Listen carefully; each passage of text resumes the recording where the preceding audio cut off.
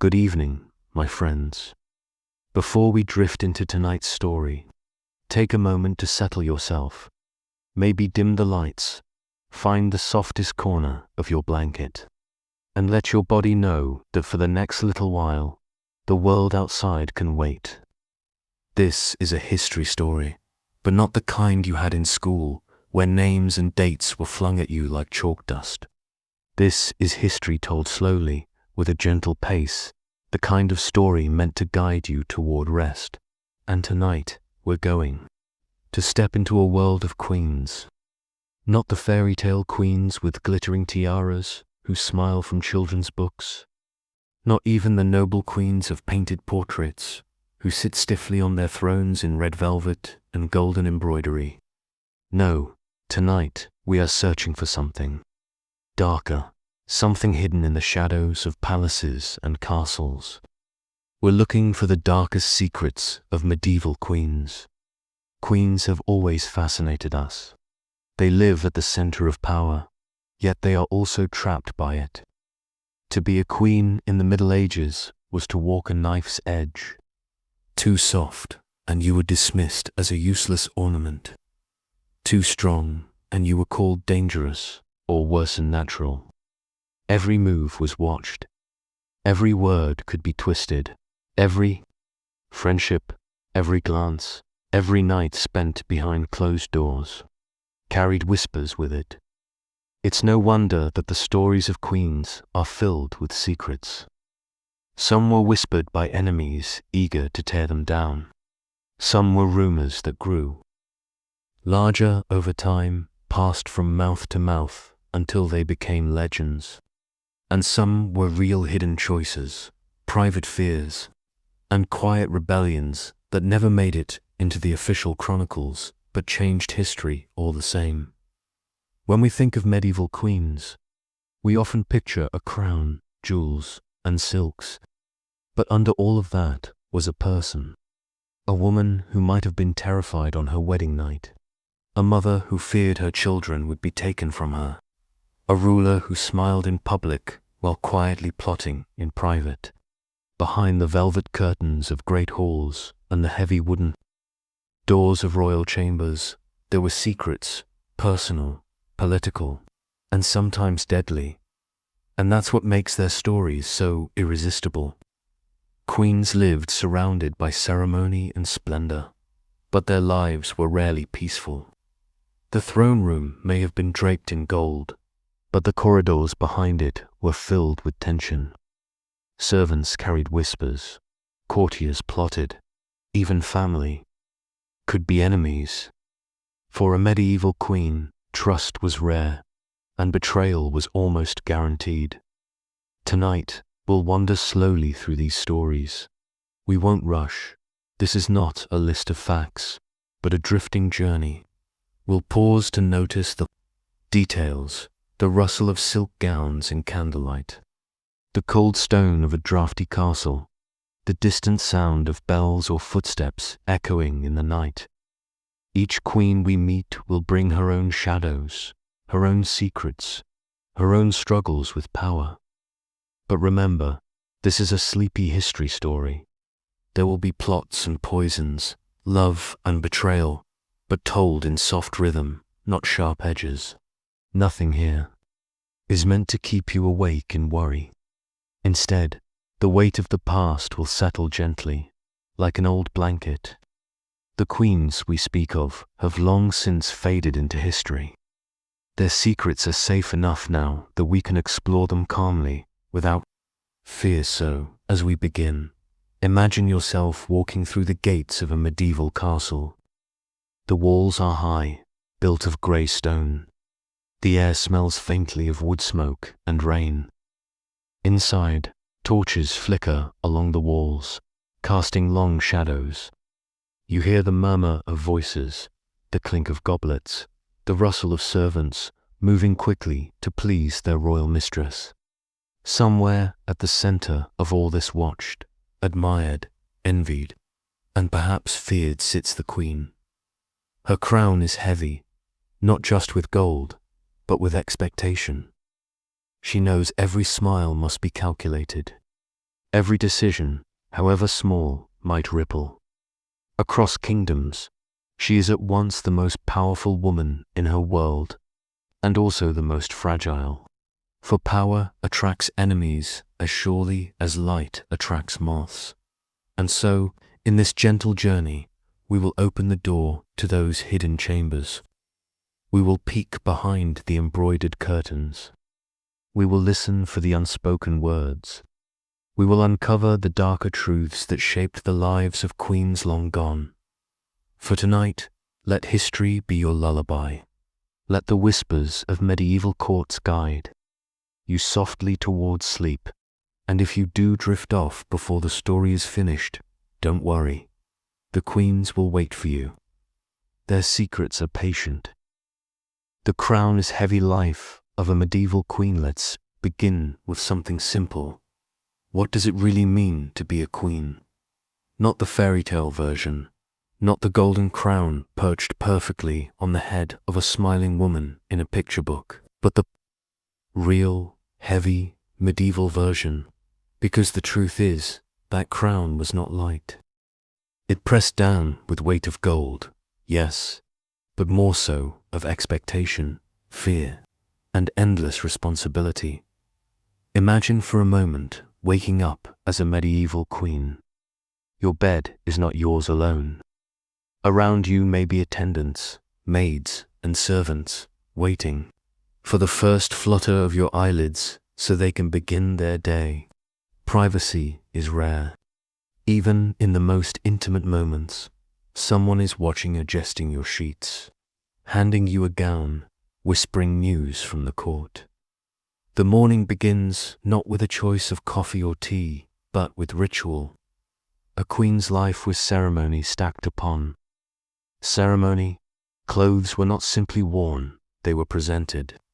Jewels were not simply decorations, but signals, tiny flags announcing wealth, alliance, or royal favor. Every ring, every necklace had meaning, and sometimes secrets of its own. While peasants woke to the sound of roosters and stumbled into fields or kitchens, the queen's world was built on schedules and appearances. She might begin with prayers, because in the medieval mind, every breath of the day belonged first to God. Then came councils, meetings, or audiences. Nobles arrived with petitions. Ambassadors brought messages from other courts. Everyone wanted something. Everyone expected the queen to smile, to nod, to represent. But being a queen was never just about looking lovely at banquets. It was political. Theatre, a queen's body itself, was political. If she had children, the line of succession was secure. If she did not, whispers would creep in, hinting that perhaps she was cursed or sinful or worse, replaceable. Imagine the pressure of knowing that your womb was considered part of national security. For some queens, childbirth was the most dangerous battlefield they would ever face. And yet, the queen was expected to do more than survive. She had to embody grace, mercy, wisdom, and sometimes ferocity, depending on the situation. Too much kindness, and she risked seeming weak. Too much ambition, and she was branded dangerous.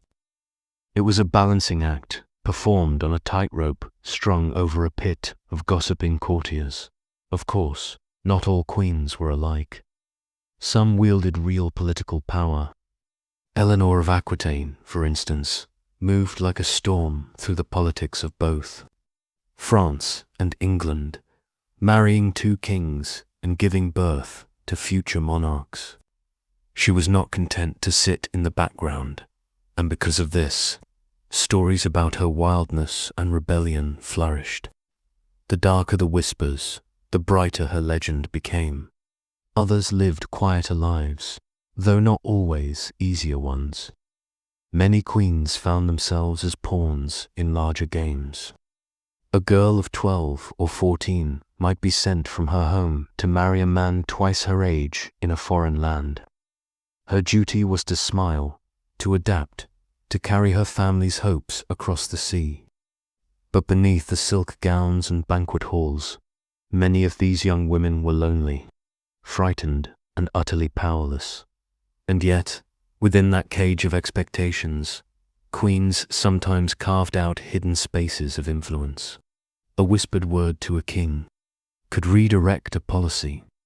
A secret friendship with a courtier could protect an ally. Even in a world dominated by men, queens found ways to weave themselves into the fabric of decision-making. Their power was often invisible, but it was there slipping quietly between the cracks of the throne. Let's not forget the everyday. Burdens, castles might look grand in modern photographs, but to live in one was often cold, drafty, and uncomfortable. Stone walls trapped damp air. Fires filled the halls with smoke. At night, the queen might retreat to her chamber only to find the floor crowded with servants sleeping nearby, and the silence broken by mice, or worse, rats scratching at the corners. Luxury, yes, but never peace. Food was another stage for power. Banquets sparkled with roasted meats, spiced dishes, and sugared fruits delicacies, designed to show wealth. But a queen was always being watched. Did she eat too much? Too little? Did she refuse a dish? Someone, somewhere, would interpret the action. Maybe she disliked the cook. Maybe she was signaling disdain for a visiting ambassador. Even the act of sipping wine could become a kind of performance. And then there were the dangers no one admitted aloud. Poison was always a possibility. Rival queens, ambitious nobles, or foreign enemies might try to slip something deadly into a goblet or pie. This is why queens often had taster servants, whose unlucky task was to take a bite or a sip before their mistress did. If the servant fell over, well, that was a warning. If not, the queen could eat in relative peace. Though peace was never complete, beyond the banquet halls, queens carried personal burdens that rarely made it into the chronicles. Letters written in secret, sometimes in code, reveal their fears, their private hopes, and the people they trusted most. A queen might maintain secret alliances through correspondence, hiding notes inside books, or smuggling them out with loyal servants. The darker side of court life was always present plots, betrayals, and the knowledge that trust was a fragile thing. But perhaps the heaviest burden was the crown itself. The endless reminder that a queen was never just a woman. She was a symbol. Every smile, every tear, every decision echoed far beyond her own heart. To the peasants, she might seem like a distant figure, almost mythical. To the nobles, she was both a rival and a prize. To her husband, she was sometimes a partner, sometimes an obstacle. And to herself, well, that depended on the queen. Some embraced the role, wielding it like a sword. Others endured it, trapped by duty and tradition. So when we say the crown is heavy, we mean far more than gold. It was the weight of nations, the pressure of expectation, the constant presence of danger, and the loneliness of never being fully trusted. Medieval queens lived lives of splendor, yes, but also of secrets, some whispered, some imagined, and some buried so deeply we are still uncovering them today. And as we drift further into this story, we'll step into those shadows. We'll look at the forbidden loves, the poisons and plots, the whispers of witchcraft, and the betrayals that followed queens wherever they went. Their crowns glittered in candlelight, but in the darkness behind them, secrets waited. Queens and forbidden love. When we think of medieval queens, we often picture them as distant figures, regal, untouchable, draped in silks and crowned with jewels. But beneath the polished surface, they were still human beings, capable of love, desire, and heartbreak. And in a world where marriage was rarely about affection and almost always about politics, forbidden love became one of the darkest and most dangerous secrets a queen could carry. A medieval queen's marriage was usually arranged before she even had a chance to form her own opinions about the world. Some were betrothed as children, promised to men they had never met, in lands they had never seen. Their wedding day was less about romance and more about treaties, alliances, and power. To marry a queen was to gain her family's army, her lands, her dowry. To be a queen meant knowing that your wedding vows were written in the ink of politics, not love. And yet, love does not obey politics. No matter how many guards, priests, and advisors surrounded a queen, the human heart remained stubborn. Whispers of queens who sought love outside their marriages filled the halls of Europe's castles.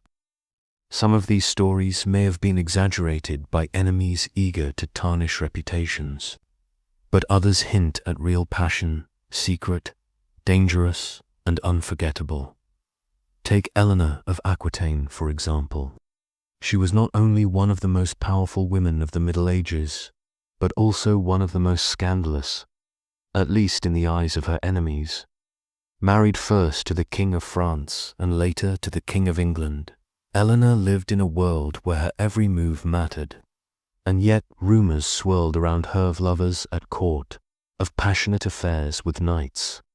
Historians argue about how much of it was true, but the persistence of the gossip shows how people longed to imagine queens breaking free from their gilded cages. Then there was Isabella of France, known by some as the She-Wolf of France. Married to Edward II of England, she lived a life filled with frustration. Edward was more devoted to his male favorites than to his queen, leaving Isabella sidelined, humiliated, and politically powerless.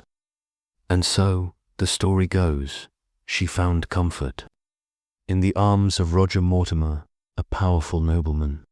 Their relationship was more than just romance, it was rebellion. Together, Isabella and Mortimer eventually overthrew Edward, changing the course of English history. But their love, once intoxicating, ended in betrayal and execution. Isabella survived, but Mortimer did not. Forbidden love could give a queen power, but it could just as easily take it away. For many queens, even the hint of affection outside marriage was dangerous. Gossip spread quickly through the corridors of castles. Servants whispered, courtiers hinted, and soon a queen's reputation could be destroyed. In a world where queens symbolized honor and stability, even unfounded rumors could weaken thrones. Some queens were accused not because they were guilty, but because someone wanted them gone. Consider the tragic stories of queens in France during the early 14th century. 3 daughters-in-law of King Philip IV were accused of adultery in what became known as the affair of the Tour de Nesle. Whether they were truly guilty remains uncertain, but the scandal shook the French court to its core. 2 of the accused women were imprisoned, their reputations ruined. The third died mysteriously not long after. A king's sons lost their wives, and the royal family lost its dignity, all because of whispered love, or perhaps whispered lies. Why did these stories fascinate medieval people so much? Partly because love, especially forbidden love, was the one thing queens were not supposed to have. They were meant to be loyal wives, dutiful mothers, symbols of virtue. To imagine a queen sneaking into the arms of a lover was to imagine the world turned upside down. It was thrilling, scandalous, and frightening all at once. But there was also another layer. In the culture of courtly love, knights and poets wrote endlessly about the unattainable lady, the married noblewoman whose beauty inspired daring deeds. These tales filled manuscripts and songs, and queens often became the centerpieces of such fantasies. Did queens encourage it? Sometimes. To be adored in verse was safer than to be adored in secret meetings. But other times, the line between fantasy and reality blurred, and rumors grew like vines around the truth. Let's pause for a moment and imagine the risk. You are a queen, married for politics, surrounded by watchful eyes. You long for affection, for someone who sees you not as a crown but as a person. And then, perhaps, you find it's someone who listens, someone who understands. But every glance is dangerous. Every smile might be seen. A wrong step could cost not only your reputation, but your life. That is the fragile thread on which many of these forbidden romances dangled. And sometimes, the heart of the queen was not the only heart in danger. Lovers of queens were often punished harshly. Execution, exile, disgrace, these were common fates for those who dared to love too boldly.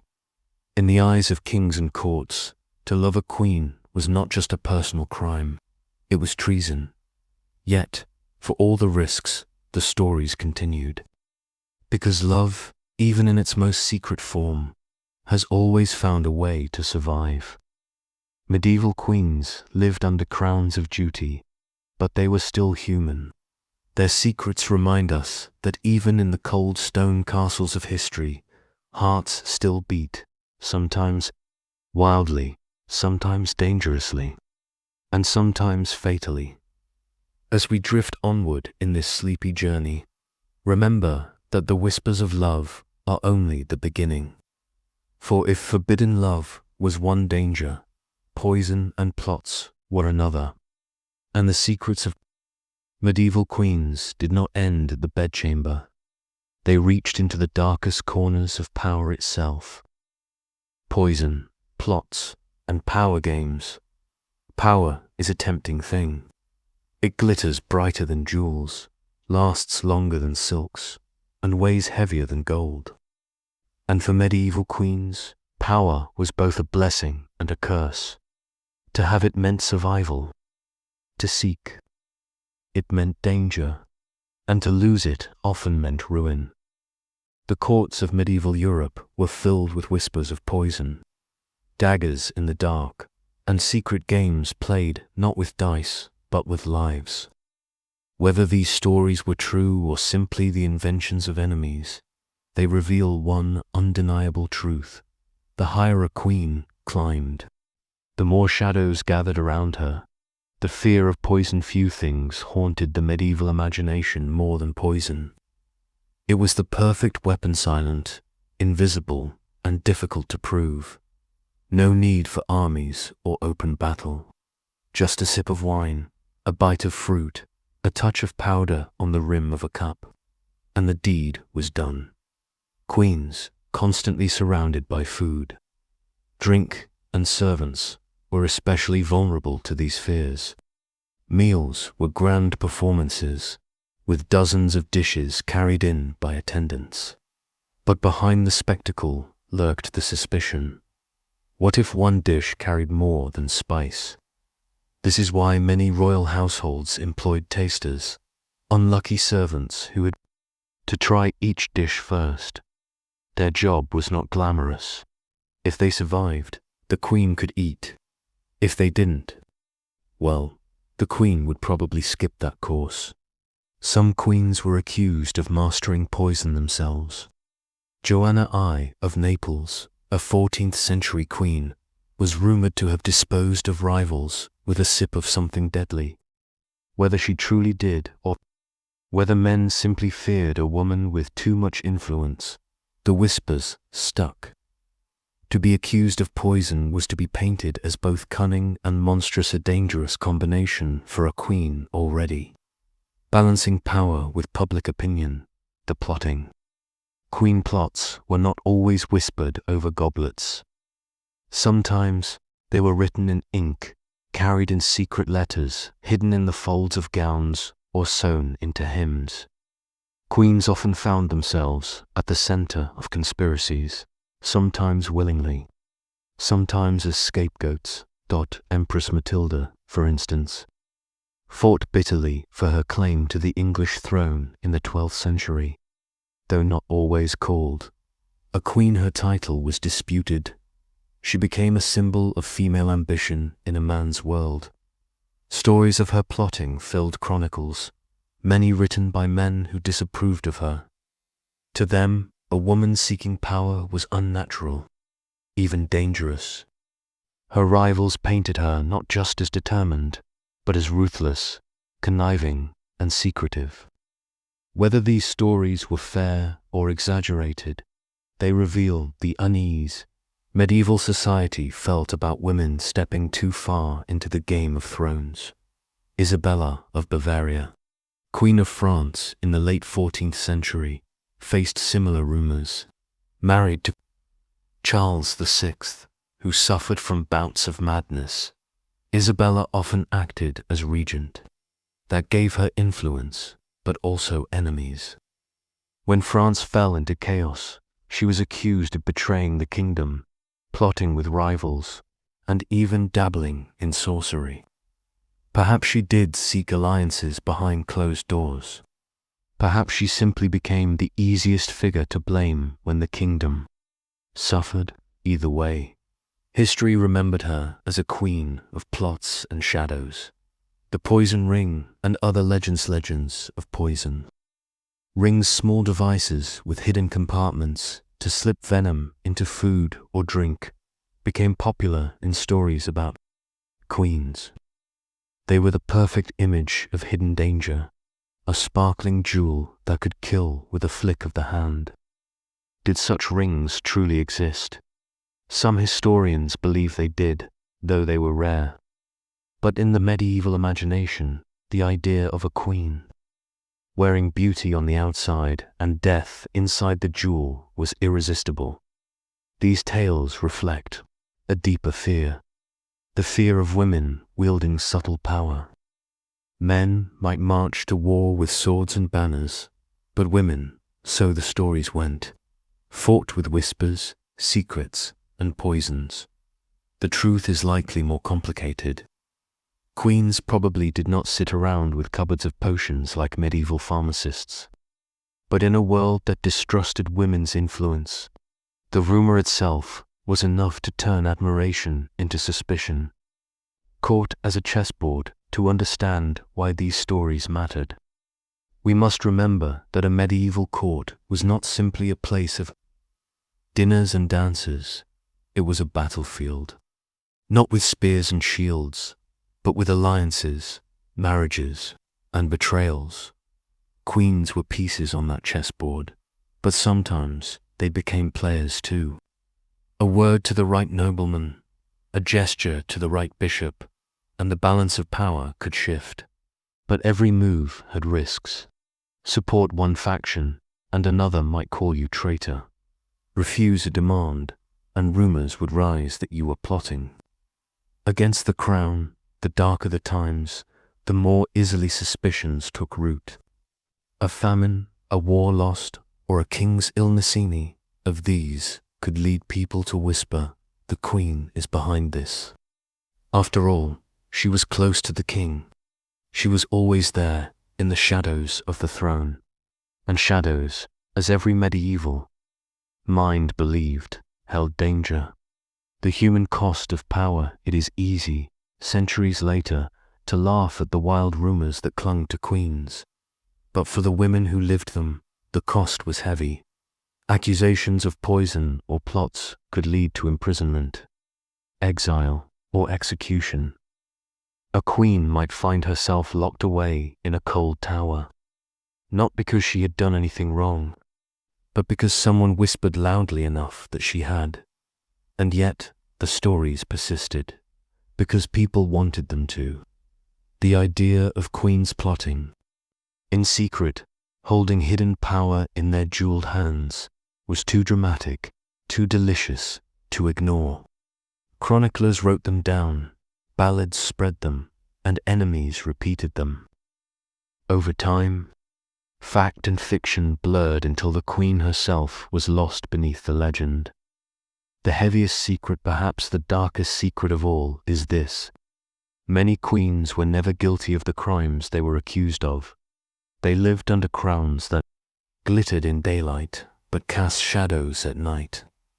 Their power was never there. On it belonged to husbands, to courts, to kingdoms. And when things went wrong, it was often easiest to blame the queen. But still, they endured. Some fought back, using the very tools they were accused of: secret letters, quiet alliances, whispered bargains. Others suffered in silence, their reputations shredded by rumors they could never escape. Either way, the lesson was the same. In the medieval world, power was a dangerous game. And queens, more than anyone, played it surrounded by enemies waiting for the smallest excuse to cry, "She is plotting."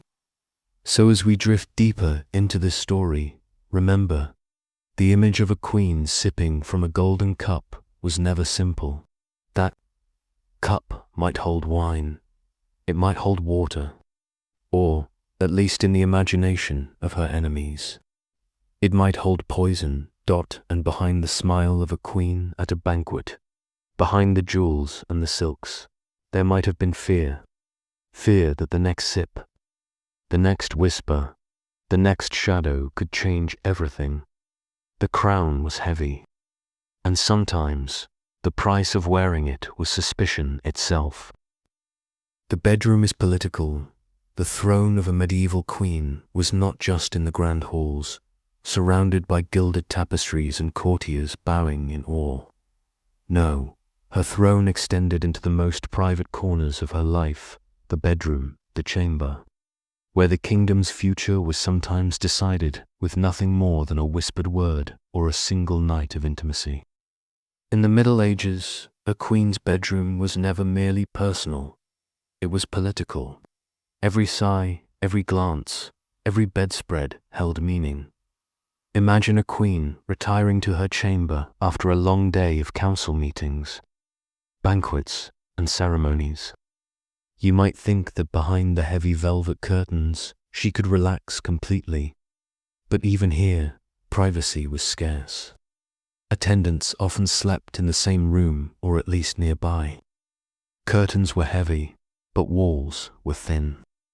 Even the most innocent gesture could be watched, recorded, or misunderstood.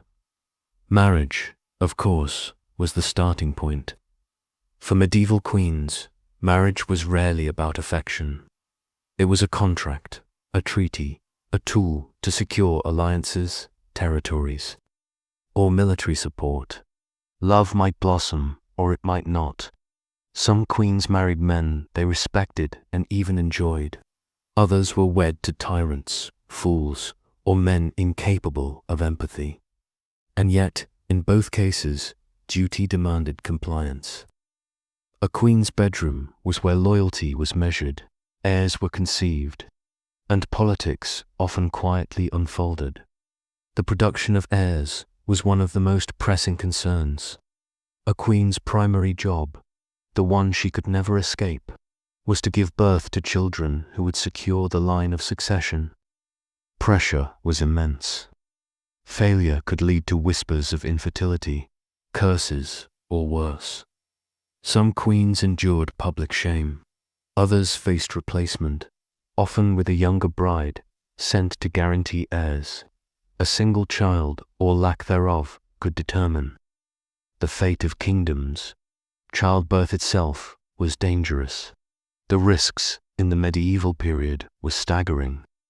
Queens sometimes faced death during labor, leaving realms suddenly without leadership.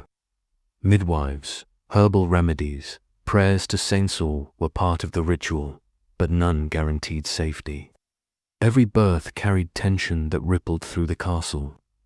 A newborn's cry might bring joy to some, dread to others.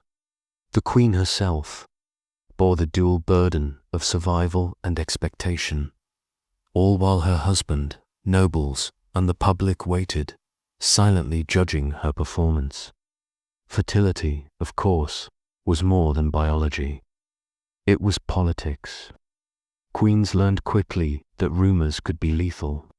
A king's failure to produce heirs might be blamed on the queen.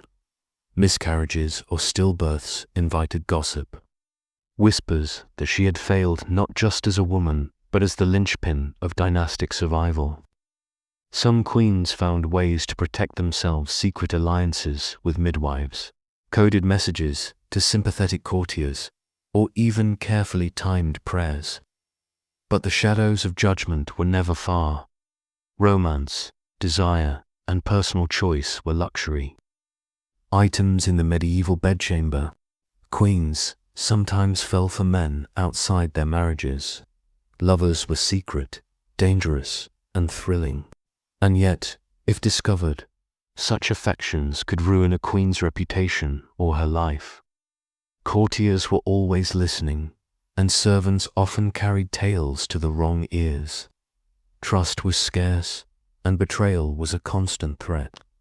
The bedroom could be a sanctuary or a trap, depending entirely on whom you confided in or failed to confide.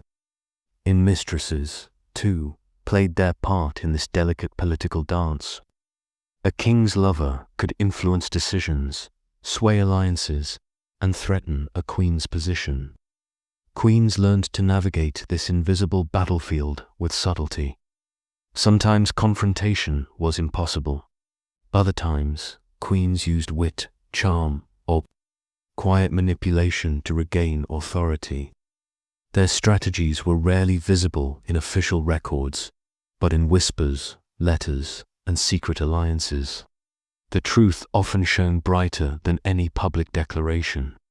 Secrets of fertility were another delicate topic. Queens had to manage the timing of pregnancies, sometimes discreetly using herbal remedies to encourage conception or delay it.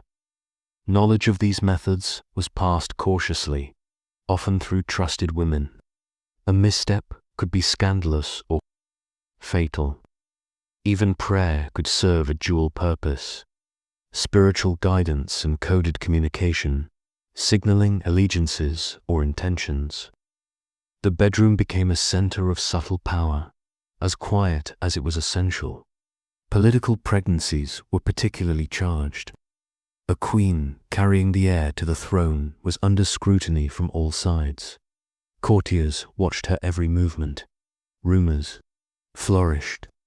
Alliances formed or broke depending on the health of the child in her womb.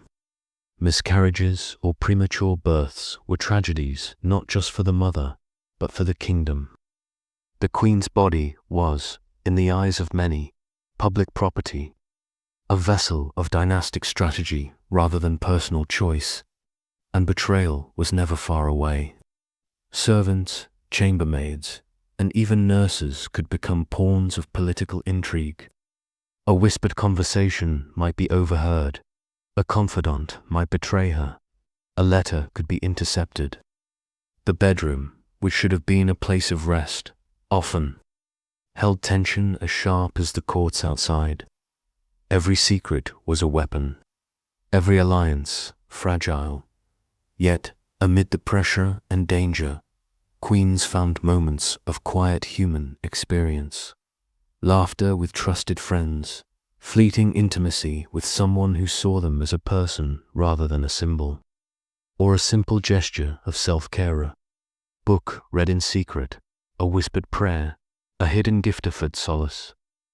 These moments were small, delicate, and often invisible to history. But for the queen herself, they mattered deeply. In some ways, the bedroom mirrored the throne room. Both were spaces where appearances were essential, where alliances could shift in a single glance, and where danger could emerge from the most unexpected places. A queen learned that her greatest weapons were patience, subtlety, and knowledge. And sometimes, the quiet mastery of these invisible tools mattered far more than any sword or army. So, as we pause here, remember, medieval queens lived at the intersection of power and intimacy. Every chamber, every whispered word, Every bedspread held consequence. Their personal lives were never truly private, and yet, within those constraints, they carved spaces of influence, survival, and even joy. The bedroom was political, yes, but it was also a secret world. A place where queens were most human, most vulnerable, and sometimes most cunning. As we drift onward into the next section, we will leave the queen's chamber behind and follow her onto the battlefield. Because if power in the bedroom was intense, power in war was, in some ways, even darker and just as secret. Queens at war. When we think of war, we usually imagine knights in shining armor, clashing swords, and banners flapping in the wind. Castles under siege, armies marching, drums beating a rhythm of battle. Rarely do we picture a queen leading troops, whispering strategies, or negotiating with generals while wearing a crown. Yet, some medieval queens did exactly that, sometimes openly, sometimes in secret, and often in ways that were far more dangerous than any knight's charge. Eleanor of Aquitaine once again steps onto the stage. She was not content to sit quietly while kings made decisions. She rode beside armies during the Crusades, negotiated treaties, and influenced political outcomes in France and England.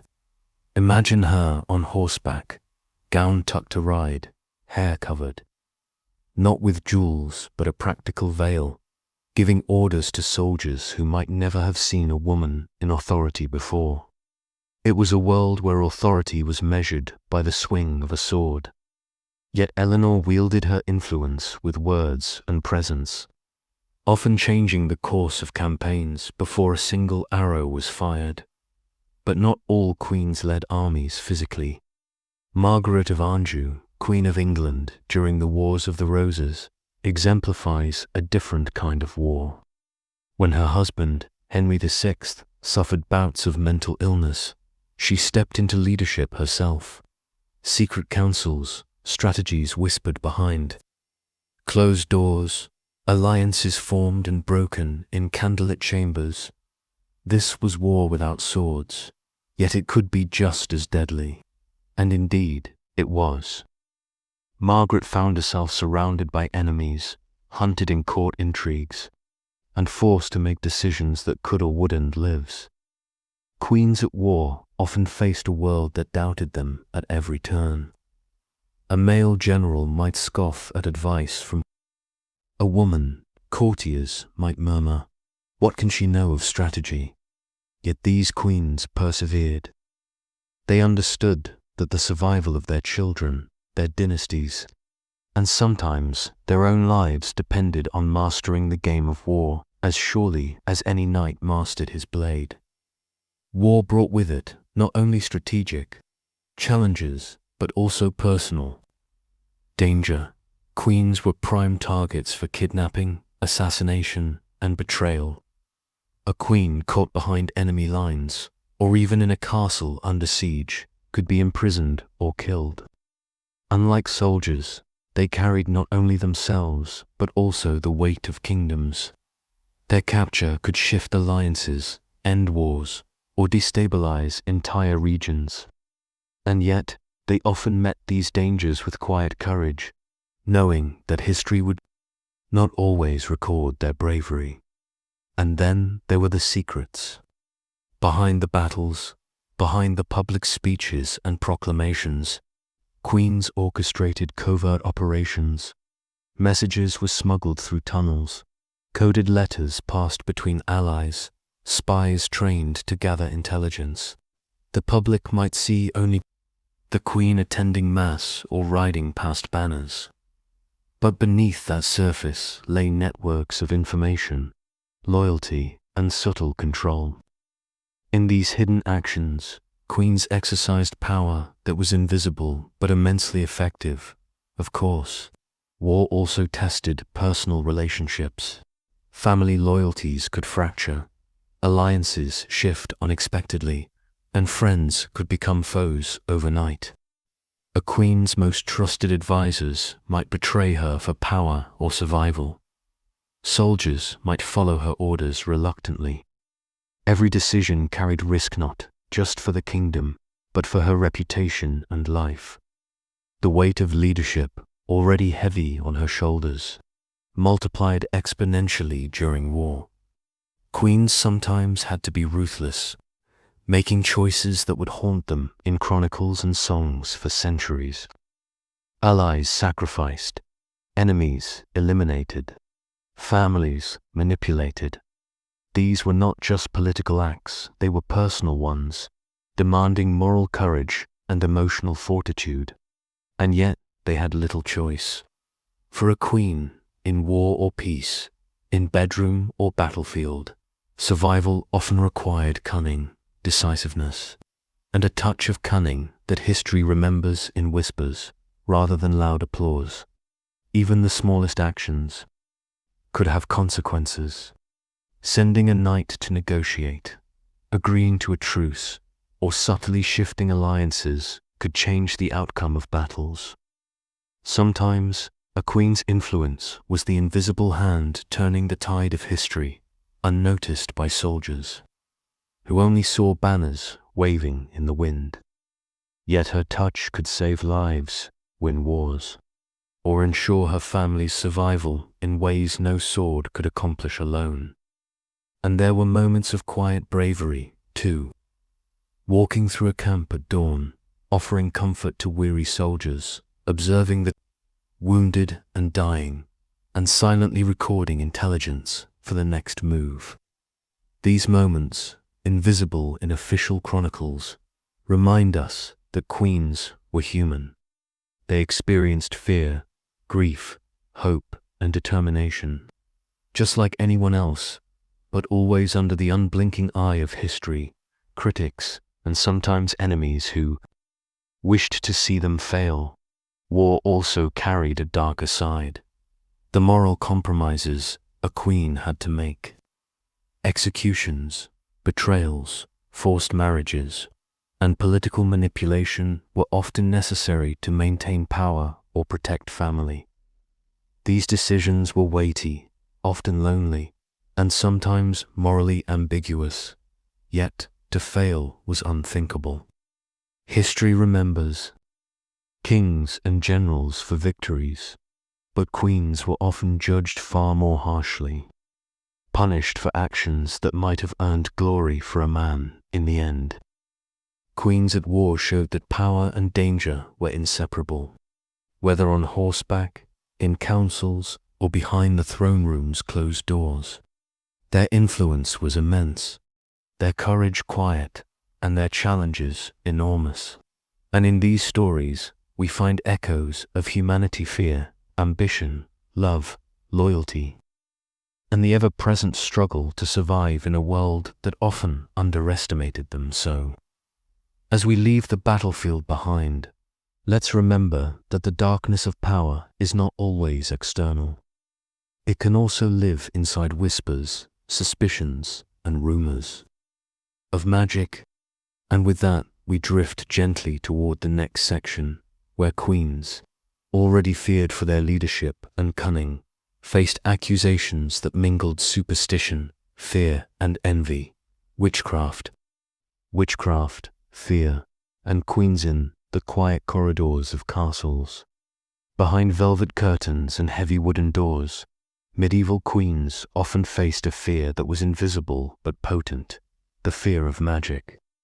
To be a powerful woman in the Middle Ages was to invite suspicion, envy, and sometimes outright terror. And when a queen wielded influence, political, social, or personal rumors of witchcraft or sorcery were never far behind. Why did this happen? Simply put, medieval society had rules about who could hold power. Men, usually, were allowed to govern openly. Women, not so much. When a queen stepped beyond what others expected, advising a king, leading a council, influencing policy, might be called unnatural, meddlesome, or dangerous. And when people don't understand how someone achieves power, superstition often fills the gap. Magic is a convenient explanation for influence that seems inexplicable or threatening. Some accusations were outright absurd. Isabella of Bavaria, Queen of France, found herself linked to sorcery not because she brewed potions, but because she acted decisively in a kingdom plagued by her husband Charles VI's madness. Anne Boleyn, later in England, was accused of charms and spells, largely as a political tool to justify her downfall. Often, these stories reflected less reality and more fear. A queen exercising agency in a world that expected silence. Queens were also targets because of their proximity to kings. A king's health, fertility, and mental state were matters of national concern. If something went wrong, a failed harvest, a lost battle, or an illness, gossip could attribute the cause to the queen's influence, imagined or real. Magic became a convenient scapegoat. It was easier to whisper that she had cursed the king than to admit mismanagement, misfortune, or natural events. Witchcraft accusations often mingled with politics, gossip, and gender. They painted queens as mysterious and dangerous, a perfect combination for scandal. A hint of envy, a touch of fear, and suddenly the queen who advised wisely was transformed in stories into a sorceress who bewitched her subjects. Paintings and manuscripts sometimes subtly reinforced these ideas, showing queens with ominous symbols or mysterious objects. Legends, rumors, and whispers intertwined, shaping the memory of queens long after their deaths. Even in more private spaces, fear and superstition influenced the queen's daily life. Nightly prayers, charms, and rituals were common, not only to protect the queen herself, but also to ensure her children, her husband, and the kingdom were safe from unseen forces. Dream interpretation, astrology, and consultation with wise women were subtle ways queens navigated a world where magic was both feared and respected. Some queens cultivated these practices deliberately, others adopted them cautiously, aware that knowledge itself could be weaponized. For the queen accused of sorcery, the stakes were high. Accusations could lead to imprisonment, exile, or execution. And yet, even when unfounded, these rumors eroded trust. Allies might hesitate, servants might gossip, and enemies might act preemptively. Queens learned to navigate these dangerous waters with subtlety, intelligence, and sometimes charm, turning fear into a tool or, at least, into a shield. The interplay between fear and power created a unique environment. A queen's reputation could be enhanced or destroyed by whispers of magic. Some rulers leaned into the rumors, knowing that mystery could bolster authority. Others suffered quietly, their lives constrained by the need to defend themselves against invisible enemies. Either way, the link between female power and suspicion of witchcraft remained a persistent shadow over medieval queens. Yet, amid the fear, queens found resilience. They learned to manage perceptions, to protect themselves and their children, and to wield influence quietly but effectively. The queen, who survived accusations of sorcery, did so by mastering not only court politics but also the stories that others told. In a sense, they became authors of their own legends, even when rumor threatened to rewrite them. And while the tales of witchcraft are often dark, they also reveal a surprising truth.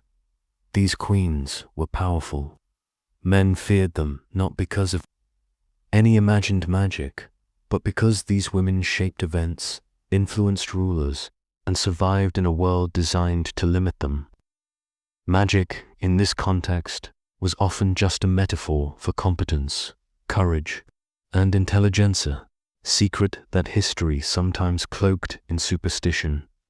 As we leave the candlelit chambers of rumor and superstition, we remember that the world of queens was never simple. Behind the crowns, silks, and smiles were lives filled with strategy, danger, and subtle power. And sometimes, betrayal came not from enemies across the battlefield, but from those closest to the queen, whispering secrets in the dark dot. Next, we will move into betrayal in the royal bedchamber, where personal trust and court intrigue collide in ways that shaped the fate of queens. The bedroom, as we learned before, was more than a private space for medieval queens. It was a stage where power, loyalty, and secrecy intertwined.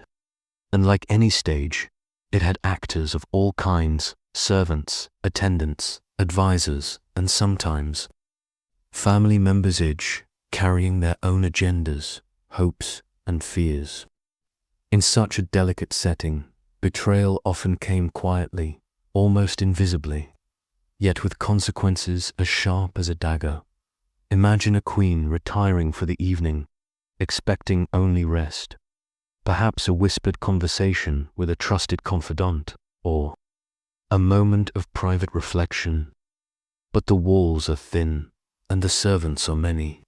Even the most loyal attendant might be persuaded or coerced to repeat a secret, deliver a message to the wrong ear, or spy on their mistress. A careless word, a shared glance, or an overheard discussion could unravel carefully built alliances in an instant. Queens often trusted those closest to them, because who else could they turn to in a world of constant scrutiny? Yet history is full of stories where trust was broken. Servants became pawns in political games. Chambermaids whispered secrets to rival factions. And friends sometimes chose self-preservation over loyalty. The very people a queen relied upon could inadvertently or deliberately become her undoing. Take, for instance, the case of queens whose letters were intercepted. Hidden messages carried in coded script or sewn into garments could be revealed by someone they believed loyal. Alliances were undermined, plans foiled, and reputations tarnished, all without the queen ever seeing the betrayal unfold. In a world where information was power, control over what was known and unknown could determine life or death. Even family members could turn against a queen. Cousins, siblings, or even children might act out of fear, jealousy, or political ambition. The bedchamber, intended as a sanctuary, could suddenly become a site of manipulation. The queen, isolated by duty and expectation, often had to navigate a labyrinth of trust, trying to discern true loyalty from mere pretense. It was a delicate dance. One misstep could change the course of history. Betrayal was not always dramatic or violent. Sometimes it was subtle, almost invisible. A whispered rumor, a delayed message, or a withheld piece of information could have the same devastating effect as an open rebellion. Queens had to learn to read between the lines, to notice small shifts in behavior, and to act preemptively to protect themselves and their influence. The skill of detecting betrayal was as essential as the skill of ruling. At times, betrayal was motivated by survival. Courtiers and servants operated in a world where allegiance could mean life or death.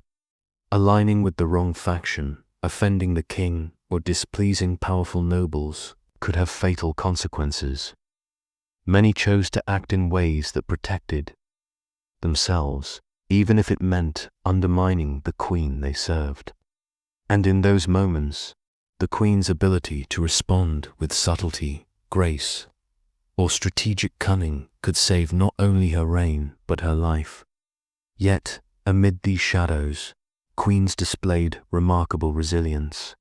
Some turned betrayal into opportunity, using knowledge of disloyalty to strengthen alliances elsewhere. Others cultivated new confidants, carefully chosen for loyalty and discretion. And some simply endured, relying on patience, wisdom, and foresight to navigate treacherous waters. In every case, the Queen's survival depended on her understanding that betrayal was never a matter of if, but when. Personal relationships were equally precarious. Trusting a lover, a confidant, or even a family member could backfire spectacularly.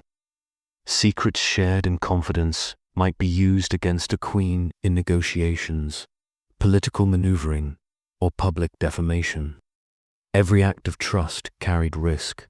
Every whispered conversation could become a weapon. Yet queens continued to form these bonds, because isolation alone could be more dangerous than betrayal. Interestingly, betrayal also shaped perception. A queen who weathered disloyalty gracefully often earned admiration, sometimes even mythic status, in the eyes of future generations. One who responded poorly or impulsively might find her legacy overshadowed by stories of weakness, hysteria, or cruelty. History remembered not just the act of betrayal, but the queen's response to it, her strategy, and her resilience. Even with all the intrigue, the human side of betrayal cannot be overlooked. Fear, disappointment, and grief were real companions. For queens in these moments, trust broken by a friend or servant could leave emotional scars that persisted long after political consequences faded. Yet, many queens transformed these experiences into lessons in judgment, foresight, and strategy, shaping their future actions and securing their influence in subtle but lasting ways. The bedchamber, therefore, was a place of paradox. It offered intimacy, rest, and the potential for love or comfort, but it was also a site of constant vigilance. Queens learned that survival depended not only on strength and cunning in public life, but on their ability to navigate loyalty and deception in private. The quiet betrayals behind closed doors were sometimes more dangerous than any open threat, and a wise queen treated them with the seriousness they deserved. As we leave the shadowy bedchamber behind, we see that the story of queens is as much about human psychology, trust, and relationships as it is about crowns and thrones.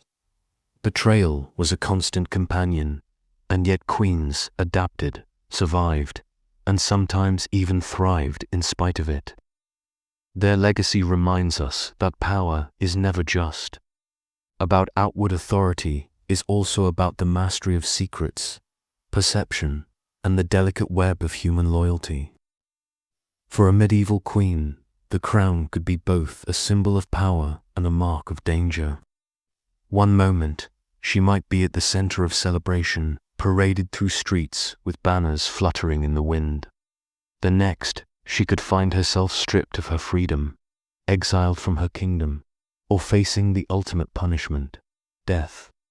In a world where politics, jealousy, and fear collided, the fate of a queen could turn on a single whispered accusation, a failed alliance, or an unfortunate misstep. Consider Catherine of Aragon, first wife of Henry VIII. She began her life in England as a beloved queen, a foreign princess bringing new alliances and hope. Yet political and personal tides shifted against her. When Henry's attention turned elsewhere and the king desired a male heir, Catherine's position became precarious. Exile from favor, loss of influence, and the slow, humiliating erosion of power marked her later years. She remained steadfast, dignified, and devout. But the world she once ruled with poise had quietly retreated from her. Mary, Queen of Scots, provides another chilling example. Born to royal blood, she was Queen of Scotland and briefly Queen Consort of France, yet her life was a story of imprisonment, plotting, and ultimate execution. Betrayed by cousins, rivals, and even allies, Mary spent long years under surveillance, confined to castles, forced to live in fear of every step she took. Her final days remind us that, for queens, even privilege offered no absolute protection. Power could slip away like water through delicate fingers, and Eleanor of Aquitaine, who we have already met riding beside armies and shaping kingdoms, also faced imprisonment, though in her case, it was political containment rather than physical threat. When her son rebelled against her husband, Eleanor was confined for nearly a decade. Even the mightiest queen could be subdued when family, politics, or the crown's hierarchy demanded it. Her resilience, patience, and wit allowed her to survive and later thrive. But the experience shows how fragile even the most storied reign could be. Imprisonment and exile were not always about punishment alone, they were also tools of control. Keeping a queen locked away prevented her from influencing politics, fomenting rebellion, or forming alliances. Isolation was a way of neutralizing a threat without the scandal of execution. Yet for the queen herself, it was a psychological battlefield. Loneliness, uncertainty, and the weight of confinement often proved heavier than chains. Exile, by contrast, carried its own dangers. A queen sent to foreign lands or removed from her court faced unfamiliar cultures, political uncertainty, and the need to rebuild influence from scratch. Survival required not only courage but strategy.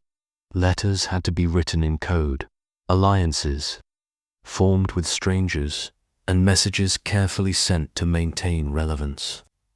Even far from her kingdom, a queen's presence or absence could shift the balance of power in subtle yet profound ways. Execution, of course, was the ultimate consequence. It was rare but stark, a warning to others who might challenge kings or political norms. Anne Boleyn's downfall is one of the most infamous examples.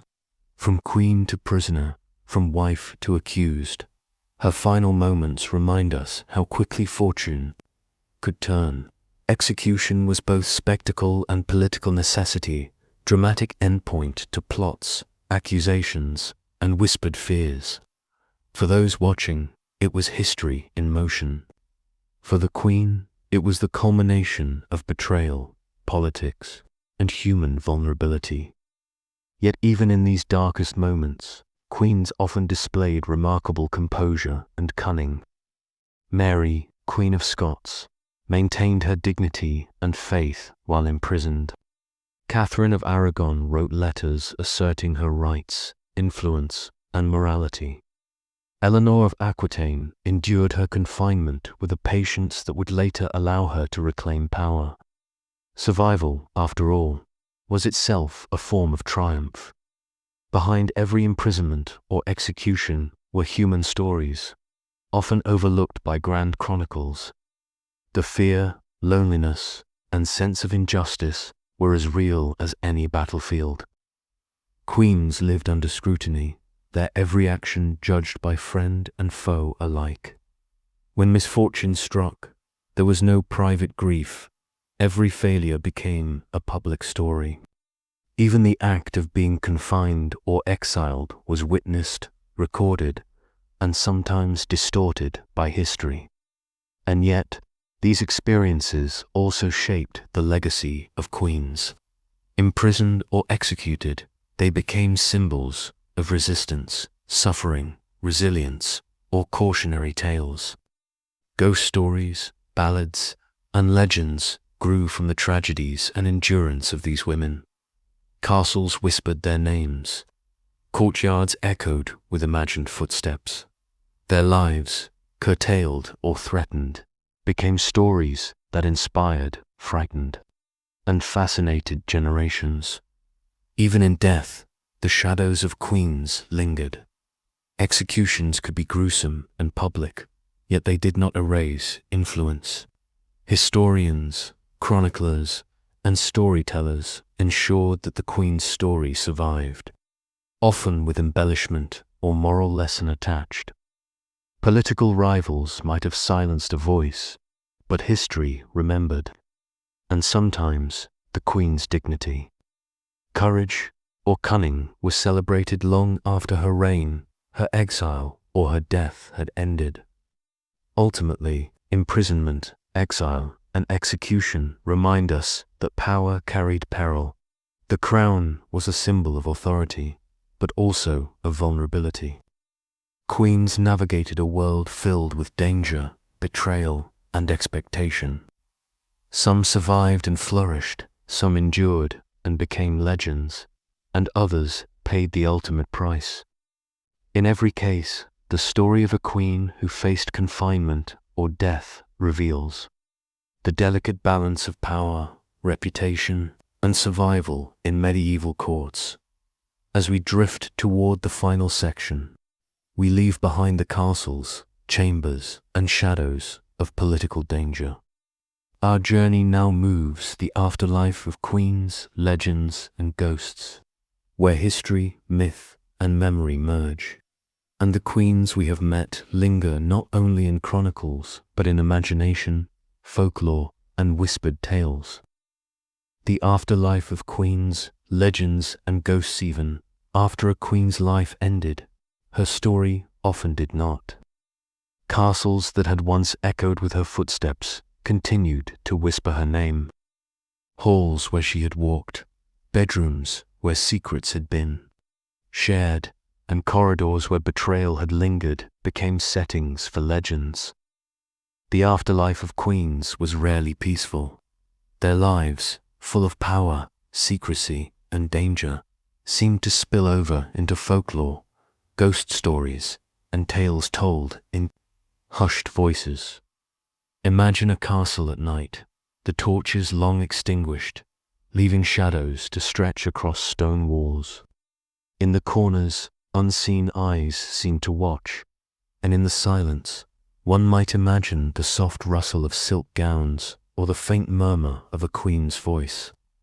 These were the beginnings of legend stories, passed from servant to noble, from chronicler to storyteller, growing with each retelling. Some queens became the subjects of ghost stories.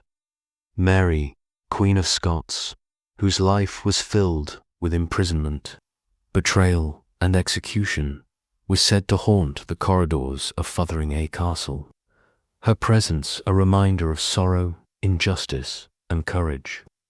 Catherine de' Medici, famous for her political cunning and rumoured involvement in plots, inspired tales of restless spirits in French palaces, blending historical fear with imagination. These stories often merged fact and fantasy, creating a legacy that was part history, part myth, and entirely captivating. Legends also grew around queens' personal spaces. Bedrooms, gardens, and private chapels became stages for mystery. The heavy curtains, the ornate furniture, the shadows cast by flickering torches, these details became part of the atmosphere in which tales of ghosts, curses, and secret messages thrived. A queen's influence, once alive and immediate, now persisted in imagination, in whispers that blurred the line between reality and story. Even the queen's reputations after death were shaped by rumor and embellishment. A queen who had been accused of plotting, of sorcery, or of forbidden love might be remembered more vividly for the scandal than for her actual deeds. Conversely, queens who had survived betrayal or imprisonment with dignity could be celebrated as paragons of resilience.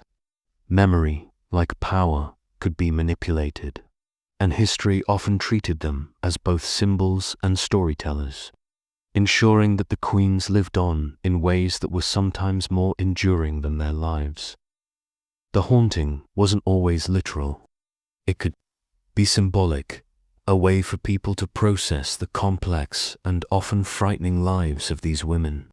A legend might exaggerate their cunning, dramatize their suffering, or mythologize their courage. Ghosts and curses became metaphors, reflecting both fear and admiration, and offering lessons for those who followed. In this sense, the afterlife of queens extended beyond castles and halls. It persisted in literature, song, and memory. And yet, for those who loved history, these legends are gifts. They allow us to glimpse the humanity behind the crown, the challenges, and the private triumphs of queens who navigated a world that often underestimated them. We can imagine Eleanor of Aquitaine, her strategic mind still plotting behind her, ghostly smile, or Catherine of Aragon, standing proud despite exile, her presence felt in every quiet chapel corner. The past is alive in these stories, not in grand battles or proclamations, but in whispers and shadows that linger just beyond the light. Folklore also reminds us that queens were, first and foremost, people. They experienced fear, joy, betrayal, love, and loss. Their lives were filled with responsibilities that weighed heavily on them, and yet they managed to leave marks that outlasted stone walls and inked chronicles. The ghost stories, legends, and whispered tales preserve their humanity while magnifying the drama, allowing us to remember them not as distant figures, but as living, breathing women whose lives mattered deeply. So as we wander through these imagined corridors, listen closely. The flicker of a candle, the creak of a floorboard, or the murmur of a night wind might seem ordinary. But in the quiet imagination of history, they carry echoes of queens long gone, powerful, clever, sometimes tragic, and always unforgettable. In this gentle way, the past reaches forward, inviting us to witness, to imagine, and to reflect. The afterlife of queens teaches us about memory, perception, and the way stories endure. History may record their actions, but legend preserves their essence. Even centuries later, the whispers of their lives continue to stir curiosity, awe, and wonder, reminding us that while the crown may fall, the stories it bore are eternal. As we reach the final moments of our journey through the lives of medieval queens, it's worth taking a deep, gentle breath. The corridors are quiet now, the torches dimmed, and the crowns safely resting. Behind the grandeur, behind the gold and silk, we've glimpsed a world of secrets, some whispered, some imagined, and some so carefully hidden that only history's shadows remember them. Queens, we've seen, were more than titles and jewels. They were women navigating a world built to limit them, yet they found ways to exert influence, to survive danger, and to assert their agency in subtle, clever ways. Every smile, every whisper, every cautious glance was part of a delicate dance, balancing duty, ambition, love, and survival. And while history sometimes remembers only the scandal or the downfall, the quiet strength of these women is just as powerful. We've wandered through forbidden loves, where hearts defied politics, through plots and poison, where danger lingered, behind every feast, through betrayal, where even the closest confidant could turn a secret into a weapon. We've seen queens imprisoned, exiled, or executed, yet their spirits lingered both in legend and in the quiet persistence of history. And even when accused of witchcraft, when rumor twisted into fear, they endured, adapting, surviving, and sometimes thriving. What connects all these stories is resilience. The crown was heavy, not just with gold, but with expectation, suspicion, and risk. And yet, these queens carried it. They walked through courts filled with intrigue and danger, through chambers haunted by secrets, and through lives that demanded courage in every small choice. Their greatest secrets were not crimes or sins, but the quiet, persistent strength they showed in navigating a world that so often underestimated them. Perhaps the softest lesson to take from these stories is one of empathy. Beneath the titles, beyond the crowns, these were human beings, complex, flawed, courageous, and endlessly resourceful. They felt fear, joy, sorrow, and love just as we do. Their secrets, their struggles, their strategies, they all remind us that power is rarely simple and history is rarely just a series of facts. It is, instead, a tapestry of human experience, woven with care, courage, and occasional mischief. And as we let our thoughts drift, we can imagine the quiet moments behind closed doors. A queen reading by candlelight, composing letters that might never be sent. A queen listening to the distant echoes of her own footsteps in a stone hallway. A queen pausing for just a moment to breathe in the fragile sweetness of life amid the demands of duty. These are the images that linger, soft and gentle, guiding us to understand not just the power of queens, but the human heart that carried it so. As your eyes grow heavy and the world outside your window fades, remember the whispers of the past. Imagine the rustle of silk gowns, the flicker of candlelight, and the quiet resilience of queens long gone. Their crowns may rest now, their kingdoms may have faded, but the stories of courage, cunning, love, loss, and survival remain, and they are patient, waiting for us to listen, to imagine, and to carry them gently into our own dreams. Let history be your lullaby tonight. Let the shadows of the past settle softly around you. The queens we've met, the brave, the clever, the misunderstood, the resilient will watch over your imagination as you drift into sleep. Their secrets are not dangerous now. They are stories meant to soothe, to intrigue, and to remind us that even in darkness, courage and wit shine quietly, persistently, and eternally. So close your eyes, breathe deeply, and let the whispers of medieval courts guide you into rest. The castles are silent, the torches are low. The queens have settled into the quiet of history, and now you may settle too. Sleep softly and sweetly, cradled by the echoes of stories, centuries old, yet as alive in imagination as they ever were. Good night if you enjoyed this quiet journey through the secrets of medieval queens. Don't forget to like, subscribe, and join us for more soft stories from history that drift you gently into sleep.